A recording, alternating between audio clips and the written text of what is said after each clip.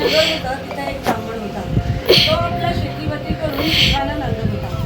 एके दिवशी त्याची बायको शिवेनाशी झाली आणि सकाळ तसंच घरात चालवला. त्या दोषाने काय झालं, तिचा नवरा पुढच्या जन्मी बैल झाला आणि त्या बाईला आपला पुत्रीचा जन्म आला. देवाची करणी. दोघंही आपल्या मुलाच्या घरी होती. तो मोठा धार्मिक होता.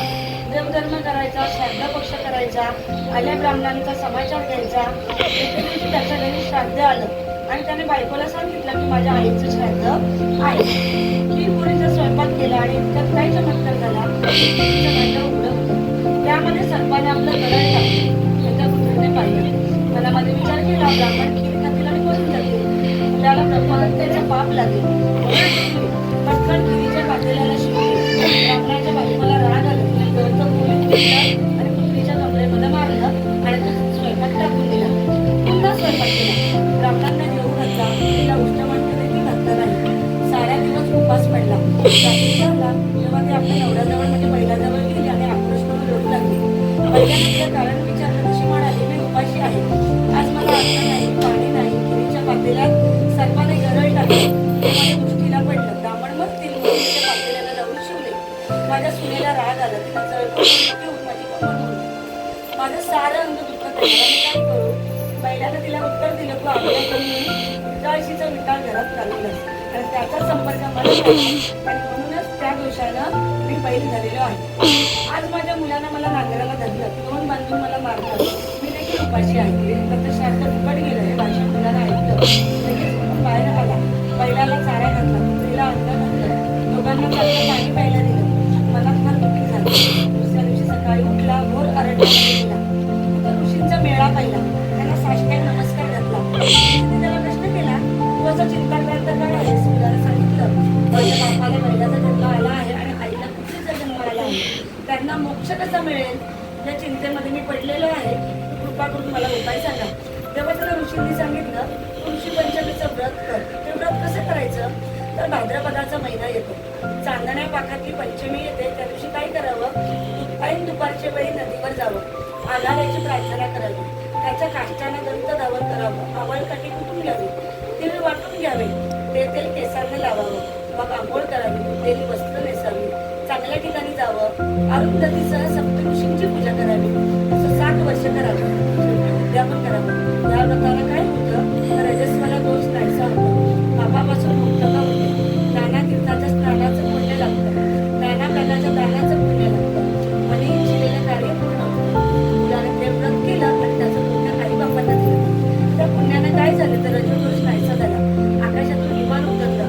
बैल होता तो सुंदर पुरुष झाला. पुत्री होती ती सुंदर स्त्री झाली. दोघं विमानात बसून स्वर्गास गेली. मुलाचा हेतू पूर्ण झाला. तसं तुमचं आमचं हो साठा उत्तराची कहाणी माझा उत्तर सुंदर संपूर्ण.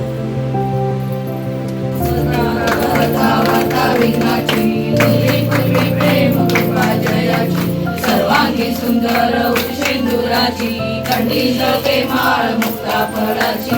जय देव जय देव जय मंगळमूर्ती व श्री मंगळमूर्ती. दर्शन मात्रे मन कामना पूर्ती. जय देव जय देव परा तू गौरी तुमरा. चंदनाची उटी कुंकुम केशरा. हिरे जड मुकुट शोभतो बरा. रुंजुंके नुपुरे चरणी गागर्या.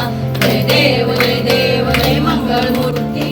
जय देव जय देव मंगल गीतावर मणिवर वंदना. सरळ सोंड वक्र नैना. दास रामाचा वटवा हे सजना.